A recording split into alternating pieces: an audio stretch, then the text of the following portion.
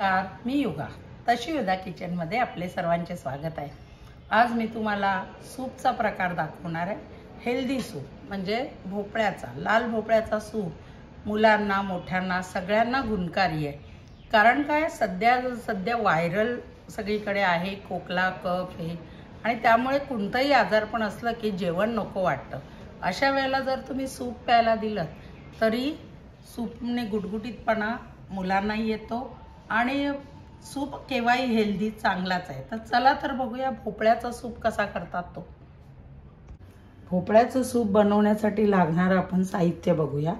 हा मी लाल भोपळा घेतलाय, सालं काढून स्वच्छ निवडून सालं काढून धुवून फोडी केल्या।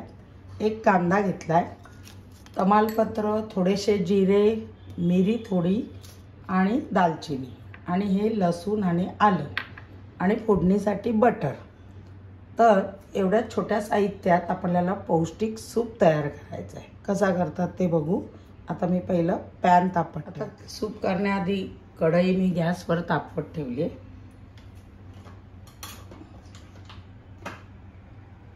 कढई तापल्यावर त्यात 1 चमचा बटर टाकते। यातच तमालपत्र आणि गरम मसाले, खडे मसाले, आलं, लसूण हे सगळं टाकून परतून घ्यायचे। यातच कांदा टाकायचा।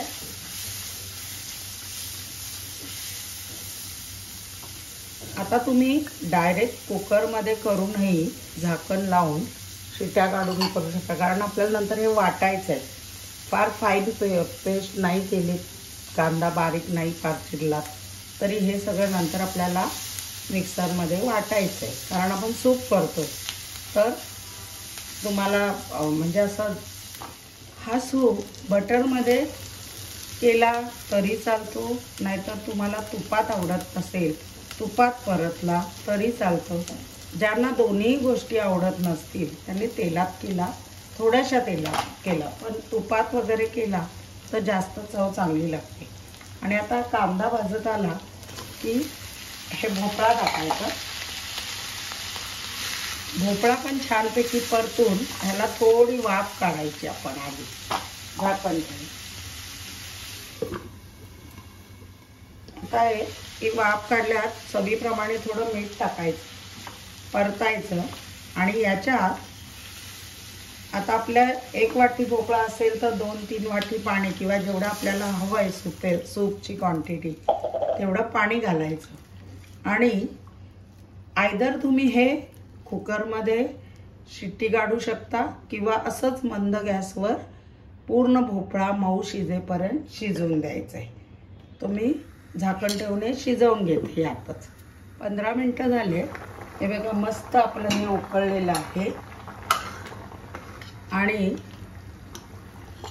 आता आपला भोपळा शिजलाय का बघा, मस्त शिजलाय। आता काय करायचंय, गॅस बंद करते आणि हे आता आधी गाळायचं आहे आपल्याला। आपला जो हे उकळून घेतलाय भोपळा त्यातलं पाणी सगळं एके साईडला काढायचंय, आणि हा जो भोपळा शिजलेला आहे हा पूर्ण गार करायचा आधी, आणि मग हा मिक्सरला वाटायचा आहे। आणि हे पाणी जरा साईडलाच ठेवायचं आहे, कारण या पाण्यात सगळा अर्क आहे, या संपूर्ण यातला जिरे, राई, मिरी जे जे घातलंय त्याचा अर्क आहे। त्यामुळे हे गार झाल्यावर आपण गार करत ठेवूया।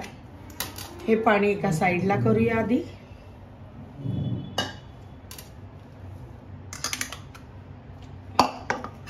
आणि आता हा भोपळा गार झाला की मग मी त्याला वाटून घेणार आहे, गार हो। आता हे गार झालेलं मी मिक्सरच्या भांड्यात घेतलंय, याला वाटून काढते। आता हे वाटून झालेलं हे गाळणीने गाळायचं। गाळण्यामागचा हेतू काय, तर आता हे बघा ही मी मिरी टाकली, लवंग, दालचिनी जे काय आपण टाकतो, किंवा असे वाटले न गेलेले तुकडे असतात ते बाजूला होतात। आणि मग याच्यातच आपण जे साईडला पाणी टाकलंय तेही त्या भांड्यात टाकून आपल्याला जेवढी कन्सिस्टन्सी हवी आहे ते पण ह्यात टाकून असं छानसं गाळून घ्यायचं। आणि हा चोथा फेकून द्यायचा आणि ह्याचा अर्क सगळा पाण्यात उतरलेला आहे.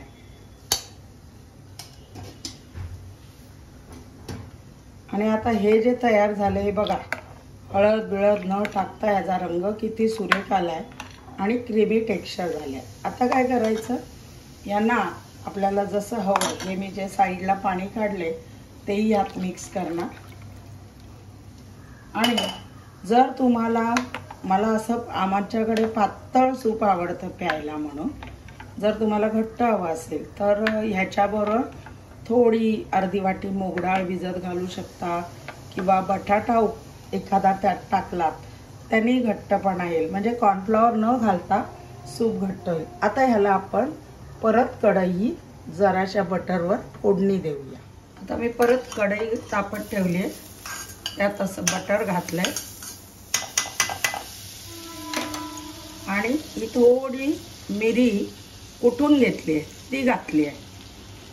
तुम्हाला जास्त मिरी आवडत नसेल तर नाही घातली, डायरेक्ट फोडणीत घातली तरी चालेल.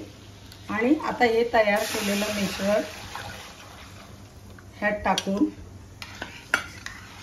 छान एक उकळी आणायची, म्हणजे आपण जे वाटलेलं सगळं आणि मिश्रण वाटलेलं आणि त्याचं पाणी हे सगळं एकजीव होईल.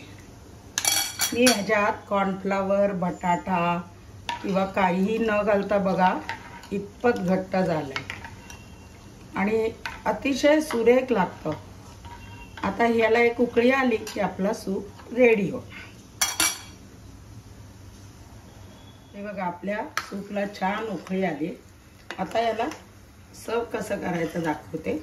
मी एका भांड्यात काढून घेते. सर्व करताना ह्यात मी काढून घेतलाय. एक लिंबू पिळते त्याच्यात, आपल्या आवडीने आहे.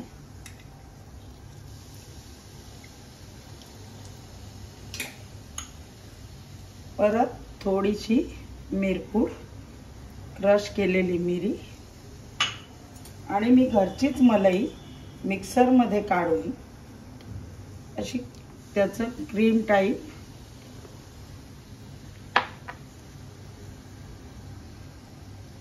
अशा तऱ्हेने आपलं क्रीमी सूप तयार झालंय.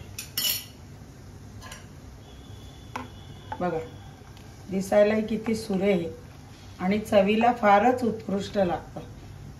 असं हे आपलं सूप तुम्ही नक्की करून पहा.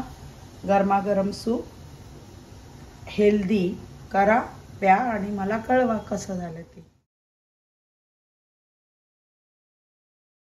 पाहिलं आपला भोपळ्याचा हेल्दी सूप किती सुंदर झालेला आहे. नक्की करून बघा. आवडला असेल तर लाईक करा, शेअर करा आणि जरूर सबस्क्राईब करा. धन्यवाद.